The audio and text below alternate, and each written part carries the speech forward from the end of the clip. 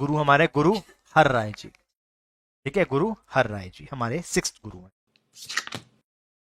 अब देखिए, ध्यान से देखिएगा बेटा, जो हमारे जो गुरु हरगोविंद जी थे, उनके 6 पुत्र, 5 पुत्र और एक पुत्री हुई। ठीक है जी, ठीक है बेटा, कोई दिक्कत तो नहीं है यहाँ तक। उनके जो सबसे बड़े पुत्र हैं उनकी बहुत यंग एज में डेथ हो जाती है। तो जो उनके सेकंड पुत्र होते हैं, उनका जो बेटा होता है, मतलब इनका पोतरा जो होता है, वो बहुत छोटा होता है, उनको बनाया जाता है गुरु। नेक्स्ट से गुरु नहीं, नेक्स्ट से गुरु बनाया जाता है, गुरु हर राय जी बनाया जाता है। ही became the Sikh leader at the age of 14। 3 March 1644 को बनते हैं, after the death of his grandfather. ठीक है जी। तो ये 6th गुरु जो हमारे हरगोविंद जी होते हैं, उनके बाद नेक्स्ट गुरु कौन आते हैं? गुरु हर राय जी आते हैं। अब ये क्या करते हैं, ये भी बहुत छोटी उम्र में है, 14 ईयर्स में है, लेकिन डिवाइन पावर्स हैं। तो ये क्या करते हैं, एक 9 लाख रुपए का एक जगह लेते हैं, उस टाइम पे 9 लाख रुपए की जगह लेते हैं एक, जहां पर वो मेडिसिन उगाते हैं। ठीक है जी, इसको क्या बोलते हैं? नौलखा बाग। क्या बोलते हैं इसको? नौलखा बाग। तो उसका नाम नौलखा बाग क्यों हुआ? क्योंकि वो 9 लाख का था, 9 लाख का था तो नौलखा बाग हुआ। तो यहाँ पर वो क्या करते हैं, मैजिकल मेडिकल जो वो होते हैं, स्पीशीज होते हैं, उनके प्लांट्स को ग्रो करते हैं, जड़ी बूटियां जो है वो उगाते हैं, जड़ी बूटियों को वो उगाते हैं। ठीक है जी। अब शाहजहां के 2 बच्चे हैं, एक है दारा शिकोह और एक है औरंगजेब। दारा शिकोह बहुत शांत स्वभाव का बंदा है, बहुत शांत, और वो सूफीज्म को फॉलो करता है। औरंगजेब आपको पता है उसके बारे में, क्या बताऊं। शाहजहां बीमार पड़ जाता है, तो शाहजहां होता है वो बीमार पड़ जाता है, और वो ये कहता है कि सारे जो वेद होते हैं, वैदिक पुराण वाले होते हैं, वो कहते हैं भैया आपको अब एक ही जगह से इलाज मिल सकता है, वो है आपका नौलखा बाग से गुरु हर राय जी से। वो कहेगा कि यार मैं इनके 4 फादर से लड़ रहा हूँ, एग्जीक्यूट भी करा है, ठीक है जी, जेल में भी रखा है, तो वो मुझे क्या दवाई देंगे? लेकिन जब वो उसके पास जाते हैं, फ्री ऑफ कॉस्ट शाहजहां का इलाज होता है। ठीक है जी, फ्री ऑफ कॉस्ट शाहजहां का वो इलाज करते हैं। तो Guru Har Rai ji was asked why he was helping the Mughal prince Dara Shikoh. Actually जब शाहजहां को ये दवाई दी जाती है, शाहजहां का जब खत्म हो जाता है, तो दारा शिकोह और औरंगजेब आपस में लड़ते हैं। अब दारा शिकोह की मदद क्यों करते हैं? इनसे जब सवाल पूछा गया कि आपके जो दादाजी हैं, आपके पिताजी हैं, उनके साथ इतना गलत स्वभाव वो का बिहेवियर उन्होंने दिखाया, तो आप मदद क्यों कर रहे हैं? तो उन्होंने बहुत अच्छी लाइन बोली कि एक व्यक्ति एक हाथ से फूल तोड़ता है और दूसरे हाथ से देता है, खुशबू दोनों हाथों में होती है। एक तोड़ रहा है और एक दे रहा है, तो खुशबू दोनों हाथ में ही है। तो ये वो बहुत छोटी एज में बोलते हैं, if a man plucks flower with one hand and give it's by using other hand, both hand have the same fragrance. Got it? तो गुरु हर राय जी वो इस बात का जवाब देते हैं इस तरीके से। ठीक है जी। तो ये जो है दारा शिकोह की हेल्प करते हैं, दारा शिकोह की हेल्प करते हैं। After Aurangzeb won the succession of war, जब औरंगजेब जीत जाता है, तो ये अपने भाई का तो बुरा हाल ही करेगा, भाई के टुकड़े करवा देता है। जो दारा शिकोह है, उसके छोटे छोटे छोटे छोटे टुकड़े करवा के चारों तरफ शहर में फेंक देता है। औरंगजेब अपने सगे भाई के, उसने किसी को नहीं छोड़ा, बहन को, भाई को, बापू को, किसी को नहीं छोड़ा औरंगजेब ने। ठीक है बेटा। गुरु हर राय जी क्या होता है, गुरु हर राय जी से एक्सप्लेनेशन मांगी जाती है। आप कोर्ट में आइए, आपने क्यों मदद करी? आप कोर्ट में आइए, आपने क्यों मदद करी? तो कोर्ट में वो खुद नहीं जाते, कोर्ट में जाते हैं गुरु राम राय जी, उनके बेटे जाते हैं, बड़े बेटे उनके जाते हैं, राम राय जी जाते हैं। ठीक है जी। और औरंगजेब उनको 13 साल की उम्र के अंदर हॉस्टेज बना लेते हैं। अब उससे वो एक सवाल पूछते हैं, वो कहते हैं कि जो आदि ग्रंथ है, औरंगजेब सवाल पूछते हैं, जो आदि ग्रंथ है उसमें कुछ चीजें इस्लाम के खिलाफ लिखी हुई हैं। गुरु राम राय उस बात को मान लेते हैं कि ये बात सही है। अब इस बात से गुरु हर राय जी क्या होते हैं? नाराज हो जाते हैं। ठीक है जी। वो उनको फिर बेदखल कर देते हैं अपनी उससे। ठीक है जी। अब knowing that the end was near, Shri गुरु हर राय जी अपने जो सन हैं हर कृष्ण जी को अपना गुरु बनाते हैं, 8वां गुरु बनाते हैं। ठीक है बेटा। अब आपको पता चल गया गुरु हर राय जी के 2 पुत्र हैं, गुरु राम राय, बाबा राम राय, और गुरु हरकृष्ण, और उनकी एक बेटी भी है। लेकिन उन्हें राम राय को क्यों नहीं बनाया सक्सेसर अपना? उन्होंने इसलिए नहीं बनाया क्योंकि उसने औरंगजेब की बात को मान लिया, हाँ कर दिया उस बात के लिए। ठीक है जी। तो गुरु हरकृष्ण, अब जब इनको नहीं बनाया जाता, सक्सेसर नहीं बनाया जाता, तो फिर वो औरंगजेब के पास दोबारा जाएगा हेल्प के लिए। कि मैंने देखो आपके आपके कोर्ट में हाँ कहा था और अब मेरे पिताजी ने मुझे वो सीट नहीं थी। ठीक है जी। अब जो हमारे नेक्स्ट गुरु हैं वो है गुरु हरकृष्ण जी। ठीक है, गुरु हरकृष्ण जी। लाइफ एंड टीचिंग्स ऑफ गुरु हरकृष्ण जी। गुरु हरकृष्ण जी को बाल गुरु भी कहा जाता है। क्यों कहा जाता है? वो महज 5 साल के होते हैं, सिर्फ 5 साल के, जब उनको गुरु की उपाधि मिलती है। ठीक है जी, गुरु की उपाधि मिलती है। At the age of 5 he succeeded his father Guru Har Rai and became the youngest Guru in the Sikhism. He contracted with smallpox in 1664 और वो अपना 8वां बर्थडे नहीं देख पाते। अब मैं आपको बताता हूँ क्या होता है। अब औरंगजेब गद्दी पे बैठा हुआ है। औरंगजेब गद्दी पे बैठा हुआ है। औरंगजेब को यह खतरा है कि अगर अब मैंने किसी भी गुरु को कुछ भी करा तो अब सिख फॉलोअर बहुत सारे हैं तो ये मेरे एंटी हो जाएंगे। समझ रहे हो? इसको बहुत समझदार था औरंगजेब को, सब पता था कि मुझे कैसे राज करना है। देखो, आज तो हिस्ट्री उसको गलत समझती है, सही समझती है, हमारे हाथ में तो नहीं है एट द टाइम। ठीक है जी। अब अब वो कहते हैं कि अगर ये जो गुरु है, सिख गुरु है, ये तो 5 साल का है ना, तो अगर मैं इसको दिल्ली में बुला लेता हूं, ध्यान तो सुनना बेटा, अगर मैं इनको दिल्ली में बुला लेता हूं तो मैं आराम से राज कर पाऊंगा हिंदुस्तान की गद्दी पे। मुझे लड़ना भी नहीं पड़ेगा और मैं पॉलिटिकली इसको जीत भी जाऊंगा। तो वो ये कहते हैं, मेरी बात तो औरंगजेब की बात तो कोई भी नहीं मानेगा। ठीक है जी। वो क्या करते हैं, उस समय बहुत बड़ा एक राजा होता है, राजा जय सिंह। याद है राजा जय सिंह? याद है? Chhatrapati Shivaji, battle of Purandar. राजा जय सिंह अपने बंगले में रहता है दिल्ली के अंदर। हाँ जी। ठीक है। अभी आपको पता चलेगा बंगला को क्या, वो जगह क्या है, वो बंगला क्या है आपको पता चलेगा। अभी वो अपने बंगले में रहता है और औरंगजेब उनको उनके बंगले से बुलाता है और कहता है कि राजा जय सिंह को आप जाइए और आप जाइए और गुरु जी को लेके आइए। तो जय सिंह गुरु जी के पास जाता है, कहता है गुरु जी आपको कुछ भी नहीं होगा, मैं आपको गारंटी देता हूँ। ठीक है, तो मैं आपको कुछ भी नहीं होगा, आपको कोई क्षति नहीं होगी। आपके फॉलोअर्स आपको दिल्ली में बुला रहे हैं, वो आपका आशीर्वाद लेना चाहते हैं। इस तरीके से वो उनको लेके आता है। अब उनकी जो मदर है उनको डर भी लगता है कि औरंगजेब है। ठीक है जी, लेकिन वो भेज देते हैं। वो चले जाते हैं और उनका टेस्ट भी लिया जाता है करनाल के अंदर कि अगर आप सच में सिख गुरु हो तो बताइए। तो वहां पे बहुत सारे वो करिश्मा करके दिखाते भी हैं। अब दिल्ली में आते हैं, दिल्ली के अंदर एक महामारी फैल जाती है, स्मॉल पॉक्स। अब वो सबका इलाज करते हैं, सबका वो इलाज करते हैं, सभी का वो इलाज करते हैं, जो भी उनके दर पे आता है उन सबका वो इलाज करते हैं। लेकिन ये एक कंटेजियस बीमारी है, उनको वो बीमारी हो जाती है और फिर उनकी वो सच्चा सौदा में वो चले जाते हैं। तो जहां पर वो ठहरे थे आज है वहां पे गुरुद्वारा बंगला साहिब। वही वो बंगला है जहां पर राजा जय सिंह रहता था, बाद में जाके वो गुरु बना। हाँ जी, वहीं वो इलाज कर रहे थे और वहीं पे उन्होंने सरोवर बनाया जिसमें कहा जाता है कि जो भी उस सरोवर में नहाता है तो उसके जो मेंटली और फिजिकली पेन होते हैं वो खत्म हो जाते हैं। सारी बीमारियां उसने हर ली, वो जो सरोवर है। तो वो राजा जय सिंह का घर है तो आज गुरुद्वारा बंगला साहिब। ठीक है जी। तो बंगला नाम कहाँ से आया? क्योंकि वो बंगला था राजा जय सिंह का, तो गुरुद्वारा बंगला साहिब का वो नाम पड़ा। ठीक है जी। ये इसके पीछे की वो स्टोरी लाइन है। ठीक है जी। अब औरंगजेब राजा जय सिंह को भेजता है, मैंने आपको बता ही दिया, और गुरुद्वारा बंगला साहिब मैंने आपको बता ही दिया। जब वो अपने आखिरी टाइम पे होते हैं, जब वो अपने आखिरी टाइम पे होते हैं, गुरु हरकिशन जी अपने आखिरी टाइम में होते हैं, अपना 8वां बर्थडे भी नहीं देख पाते हैं, तो वो 3 बार बोलते हैं बाबा बकाल, बाबा बाकले, बकाले। अब बाबा बकाले मीन्स बकाले गांव से ही आपको अगले गुरु मिलेंगे।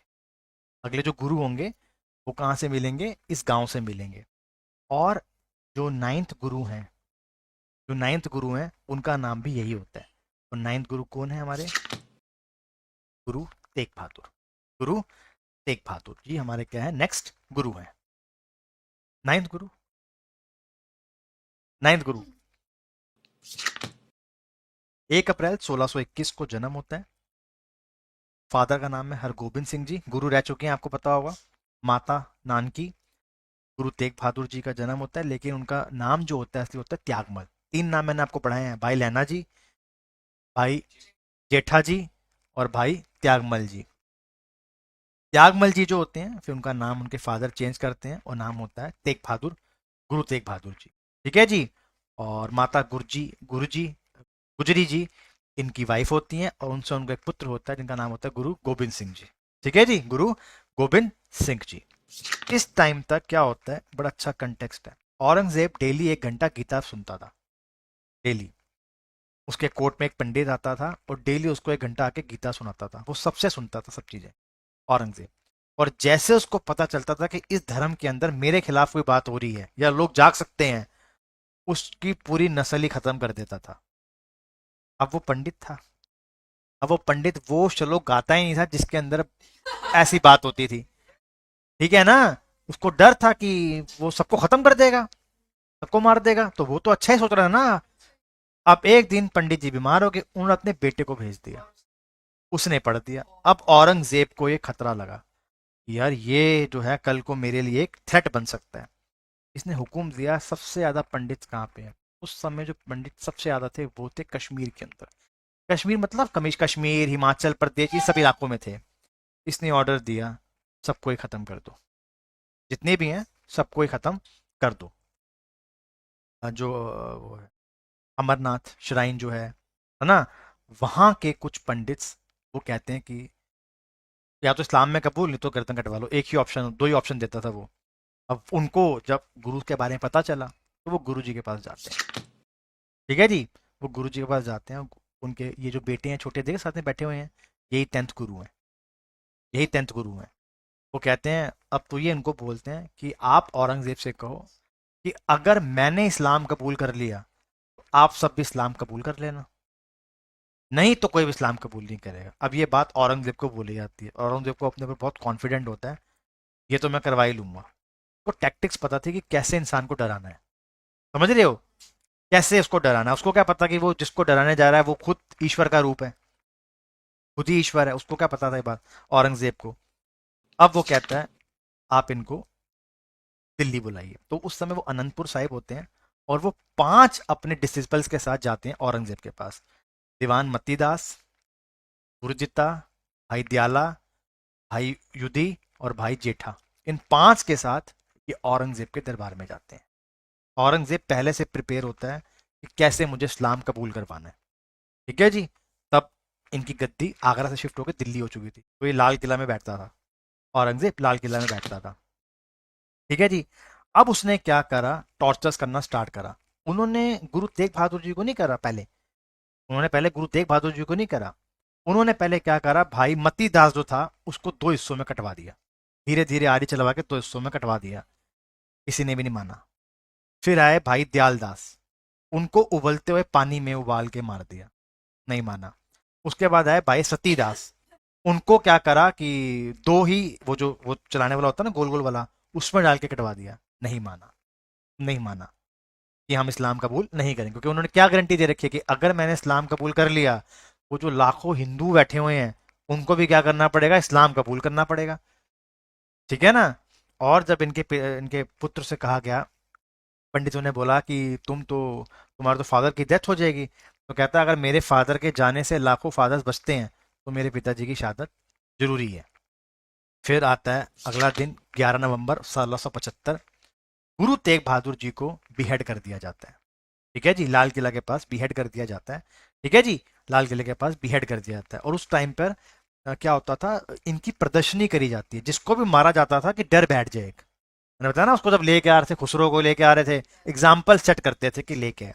इसका भी यही प्लान था, जो ये औरंगजेब था, इसका भी यही प्लान था कि अब एग्जीक्यूट कर दिया, एग्जीक्यूट कर दिया, बताना भी, एग्जीक्यूट कर दिया। ठीक है, एग्जीक्यूट कर दिया है, तो जो उनका सीस होता है, जो सिर होता है, उसको जो है कुछ लोग जो उनके फॉलोअर्स होते हैं वो उनको एक जगह पे रख देते हैं संभाल के। उस गुरुद्वारे का नाम है गुरु सीसगंज। ठीक है जी, अब जो बाकी की जो धर बचा हुआ है, जो बाकी का धर बचा हुआ है, उसको तो वो छोड़ेंगे नहीं अब। तो रात के अंधेरे के अंदर एक उनका वो होता है, डिसिपल होता है, इसका नाम होता है लक्की शाह बंजारा। क्या नाम है, लक्की शाह बंजारा। वो उसको लेके आता है, अपने घर पे रखता है और अपने घर को आग लगा लेता है। और उस जगह पर है गुरुद्वारा रकाबगंज साहिब। ठीक है जी, गुरुद्वारा रकाब, क्योंकि संस्कार किया जाता है ना, हिंदुओं सिखों में संस्कार किया जाता है ना, तो शीश तो वो ले गए थे, वहां पे गुरुद्वारा शीशगंज साहिब है आज।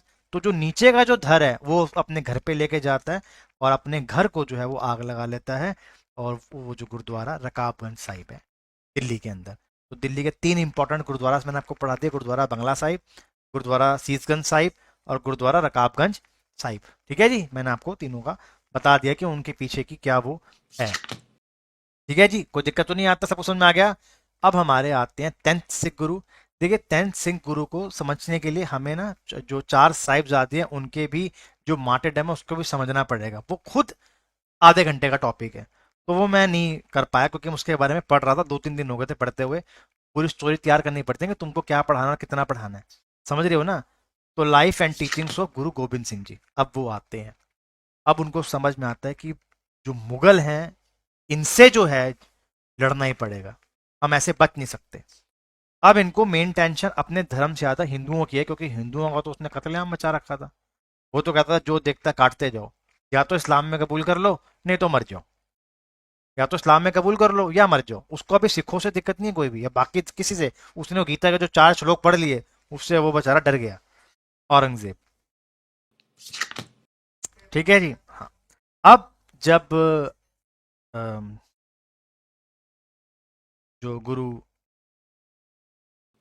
हाँ सही है ना, जब गुरु तेग बहादुर जी अपनी जो ये हैं, अपना जो स्पीच देते हैं, अपने जो सब बताते हैं बातें, तो वो बातें बताने के लिए असम जाते हैं और बंगाल जाते हैं। उस टाइम पीरियड के अंदर पटना के अंदर उनके पुत्र का जन्म होता है, गुरु तेग बहादुर जी और माता गुजरी जी का। उनके पुत्र का जन्म होता है 22 दिसंबर 1666 को, जहाँ पर आज पटना साहिब गुरुद्वारा है। तो आपको समझ में है वो बिहार में गुरुद्वारा क्यों है, क्योंकि वो अपने जो डिस्कोर्स है उसको वहां देने के लिए गए थे। असम में, बंगाल में, वहां वो डिस्कोर्स को देने के लिए गए थे। और उनके पुत्र का जन्म होता है। ठीक है जी। और उनके फादर को तो एग्जीक्यूट कर ही दिया औरंगजेब ने। ठीक है जी। अब इनके 4 पुत्र होते हैं, अजीत सिंह, जुझार सिंह, जोरावर सिंह और फतेह सिंह। और जो 5th होता है जोरावर सिंह, उनको अडॉप्ट करा जाता है। ठीक है जी, क्योंकि 4 सिख जो इनके 4 जो बच्चे हैं उनको भी औरंगजेब नहीं छोड़ता। ठीक है जी। उनकी 3 वाइफ्स हैं, माता अजीत कौर, माता सुंदर कौर और माता साहिब कौर। अब इन्होंने सबसे पहले क्या करा, इन्होंने खालसा बनाया। खालसा का क्या था, to be pure, to be clear और to be free from, to be sincere, to be true, to be straight, to be solid. ये मतलब है खालसा का। ठीक है जी। उसके बाद वो पंच प्यारे का कंसेप्ट लेकर आते हैं। ठीक है जी, पंच प्यारे का कंसेप्ट आपने देखा होगा, 5 हमेशा से इंपॉर्टेंट रहे हैं। जब वो गुरु हर राय जी भी आए थे वो भी 5 के साथ आए थे। गुरु तेग बहादुर जब गए तब भी वो 5 के साथ गए। ठीक है जी। और उन्होंने 5 केस दिए कि हर सिख को, सिख यहाँ पे कौन है जो उसको मान रहा है। अभी तक सिखिज्म नहीं, सिखिज्म तो 16वीं शताब्दी के बाद आया कि सिखिज्म क्या है। उसको क्या माना जाएगा, सिख माना जाएगा। कौन के 5 के क्या है, केश मतलब बाय जन्म आपको दाढ़ी और बाल और दाढ़ी रखनी है। अब एक बहुत अच्छा कंसेप्ट है कि नाखून क्यों काटते हो, नाखून में तो नेचुरली है। तो नाखून के लिए कहा जाता है और आपने नाखून ज्यादा काट दिया तो आपको दर्द होगा। समझ रहे हो ना, आप बाल जितना मर्जी काट लो आपको दर्द छोड़ना होगा। बाल काटने में दर्द छोड़ना होता है, लेकिन नाखून आप थोड़ा सा ज्यादा काट दो कितना वो जलन मचाता है हफ्ते तक, जब अंदर रोटी रोटी खाता है। तो नाखूनों का ये कंसेप्ट है जो काउंटर पॉइंट देते हैं कि ये भी मत काटा करो फिर तो। ये काउंटर पॉइंट है उसका। केश रखना है, कंघा मीन्स उसको ठीक करना है, सही रखना है ना। और कड़ा लोहे का जो होता है उसको पहनना है। कृपान और कचरा, कचरा अंडर गारमेंट होता है जो उस टाइम पे वो पहनते थे। ये 5 केज होते हैं जो आपको मानने होते हैं। ठीक है जी। उसके बाद उन्होंने ये सब धर्म जात को खत्म करने के लिए मेल को एक सरनेम दिया सिंह, जो लॉयन होता है। और कोर को दिया गया द सोल, सोल दिया गया। वो किसको दिया गया, फीमेल्स को दिया। ठीक है जी। अब सब अपनी अपनी अब सरनेम लगाते हैं, उन्होंने तो सरनेम खत्म ही कर दिया था, समझिए। अब ये जो सिंह हैं, जो यहाँ पे सिंह लगाते हैं वो सिखों में आते हैं, उनका एक अलग कंसेप्ट है। ठीक है जी, वो एक अलग कंसेप्ट है कि कुमार, आपने देखा हर बंदे का कुमार लगा होता है, वो अलग कंसेप्ट है वो। ठीक है। ठीक है जी। अब फिर उसके बाद वो बोलते हैं वाहेगुरु जी का खालसा, मीन्स वाहेगुरु जी जो एक ओमकार है उनका खालसा, जो वो फौज उन्होंने तैयार करी है मुगलों से लड़ने के लिए, लोगों को बचाने के लिए। तो वो क्या है, वाहेगुरु जी का खालसा। ठीक है जी, गॉट इट। फिर उन्होंने एक स्लोगन भी दिया जिसका नाम क्या होता है, जो बोले सो निहाल। ठीक है जी, वो भी दिया। उन्होंने गतका को इंट्रोड्यूस करा। कि अगर हमें लड़ना है मुगलों से तो हम कैसे लड़ेंगे, है ना, हम कैसे लड़ेंगे। ठीक है जी। वो अपनी पूरे लाइफ टाइम में 14 बैटल्स लड़ते हैं, और 14 की 14 बैटल्स जीत जाते हैं। जैसे मैंने आपको बताया था बालाजी बाजीराव, वो भी इसी टाइमलाइन में ही है, उसने भी 40 बैटल लड़ी हैं, 40 की 40 जीता है वो भी। तो सेम इन्होंने 14 बैटल्स लड़ी, और 14 की 14 इन्होंने बैटल्स को जीता है। उनको मैं बताऊंगा वो कैसे सचखंड की तरफ गए हैं, वो उनको अलग टॉपिक है, कल पढ़ाऊंगा ना। ठीक है जी। अब उनके जो पुत्र हैं चार, ठीक है, अब उनका अब हम पढ़ेंगे। ठीक है।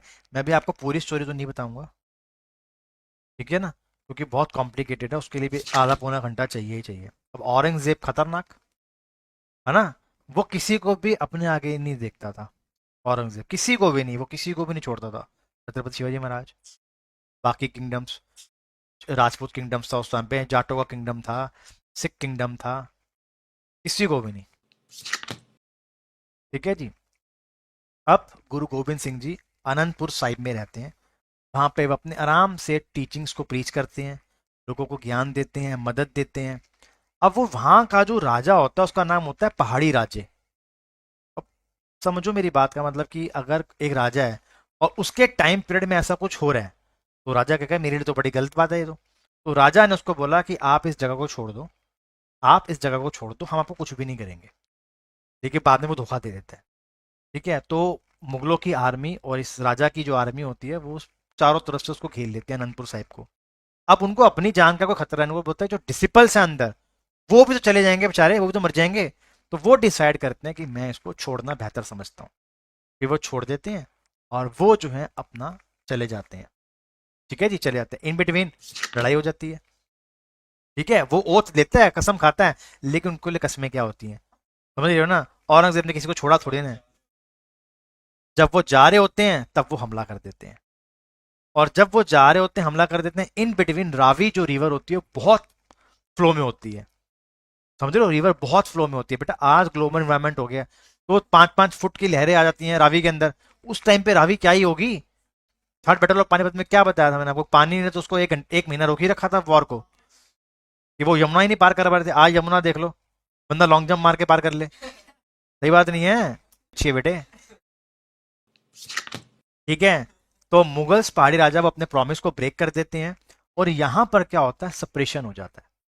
उनकी मदर जो 80 साल के हैं इस समय, और उनके दो बेटे, वो चले जाते हैं रावी की उस साइड, पाकिस्तान वाली साइड पर, जो आज का पाकिस्तान है, और बाकी वो इधर रह जाते हैं। समझ गए, बाकी वो इधर रह जाते हैं। ठीक है जी। तो इसको बोलते हैं परिवार विछोड़ा। वहां पे गुरुद्वारा भी है, प्रचार परिवार विछोड़ा, separation of the family on the sewer. तो यंगर जो दो सन थे, साहिबजादे जोरावर सिंह और साहिबजादे फतेह सिंह, और उनकी जो माता है, माता गुजरी जी, वो जो है उस तरफ चले जाती हैं। अब वो भूखे प्यासे हैं। ठीक है जी। और